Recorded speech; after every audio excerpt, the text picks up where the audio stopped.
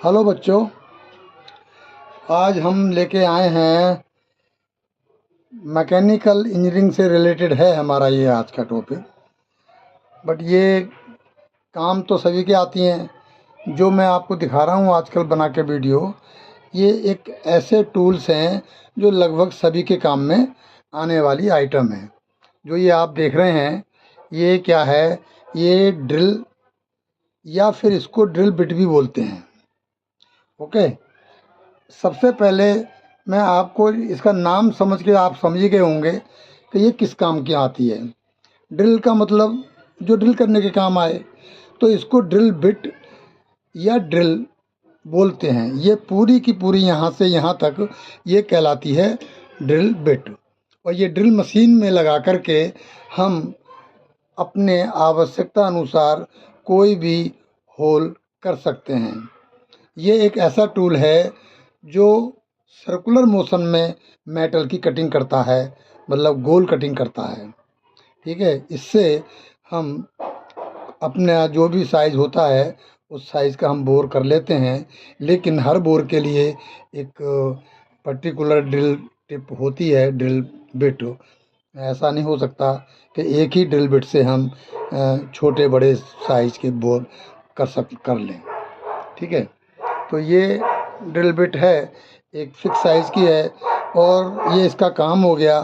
सबसे बड़ी बात जो होती है, एग्ज़ाम वगैरह में आते हैं क्वेश्चन आप लोगों के लिए, वो होते हैं जैसे ड्रिल बिट के पार्ट्स ऑफ ड्रिल बिट, है ना, वर्किंग ऑफ ड्रिल वगैरह वगैरह कई तरीके से क्वेश्चन आते हैं। तो मैं इसके आपको पार्ट बता देता हूँ, इसके पार्ट क्या क्या हैं। देखिए, ये जो यहाँ से, मेरी आप पेंसिल पर ध्यान दें, ये यहाँ से और यहाँ तक का हिस्सा, यहाँ तक का, ये कहलाता है सैंक। आप देख रहे हैं, ऊपर छोड़ दीजिए ये वाला हिस्सा, ये वाला पोर्शन, और इधर ये वाला पोर्शन, ये कहलाता है सैंक। ये टेपर में है, इसे टेपर सैंक बोलते हैं। कुछ होती हैं स्ट्रेट सैंक, यानी कि वो ड्रिल मशीन के चक में बांधी जा सकती है। बट ये जो सैंक है, ये ड्रिल मशीन में बांधने वाली सैंक नहीं है। देखिए, एक पर्टिकुलर साइज़ होता है जिस साइज़ तक हम जो फ्लैट वाली या स्ट्रेट सैंक की हम बिट इस्तेमाल करते हैं। लेकिन जब बड़े साइज़ का ड्रिल करना होता है तो उसमें ये टेपर में सैंक होती है, जो ऊपर ड्रिल मशीन के अंदर एक स्लीव लगी रहती है, टेपर में होती है वो स्लीव भी, और उसमें हम इसको ऊपर से लगा देते हैं। इसको होल्ड करने के लिए या टाइट करने के लिए कोई अरेंजमेंट नहीं होता। ये टेपर फ्रिक्शन से ही इतनी मजबूती के साथ लग जाती है कि लोड पड़ने पे भी ये घूमती नहीं है, स्लिप नहीं मारती। तो ये हमारी सैंक है। ठीक है, ये जो हमारा है बीच में सैंक, और देखिए यहाँ से यहाँ तक, इसको बोलते हैं बॉडी। यहाँ से और यहाँ तक का जो पोर्शन है टिप तक का, ये कहलाता है हमारा बॉडी। बॉडी और सैंक के बीच में आप देख रहे हैं थोड़ा सा डाउन पोर्शन है, ये कहलाता है नेक। ठीक है, और नेक से जैसा नाम वैसा काम है इसका। भाई ये इसकी गर्दन है, तो छोटी ये जो दिखाई दे रहा है जो सबसे अंडर साइज है। ठीक है, ये हमारी नेक कहलाती है। और जो सबसे ऊपर का हिस्सा होता है, जो ये वाला, ये कहलाता है हमारा टैंक। ये जो है, ये कहलाता है टैंक। ओके, और ये जो कहलाता है हमारा ये वाला पॉइंट, ये हिंदी में शंकुआकार या फिर कोन टाइप का बना होता है। इधर आप देखो ना, सामने देखो, ये कोन टाइप का बना हुआ है, ये पॉइंट कहलाता है ये वाला। और ये पूरा, ये जो है एक पोर्शन यहाँ पे पर्टिकुलर, इसे हम डेड सेंटर भी कहते हैं। रीज़न क्या है कि जब हमारी ये गोल गोल घूमता है तो एक पॉइंट ऐसा आता है जिसे घूमने की ज़रूरत ही नहीं पड़ती। तो घूमेगा तभी ना, तो उसके अंदर रेडियस होगी, रेडियस ही नहीं है, तो इसको हम डेड पॉइंट या इसको डेड पॉइंट इसीलिए बोलते हैं क्योंकि उसके घूमने का बारी नहीं आती। सिर्फ हमारे कटिंग एज जो हैं ये घूम करके मेटल की कटिंग करते हैं। अभी देखिए ये जो घूमती है ये घूमती है क्लॉकवाइज डायरेक्शन में।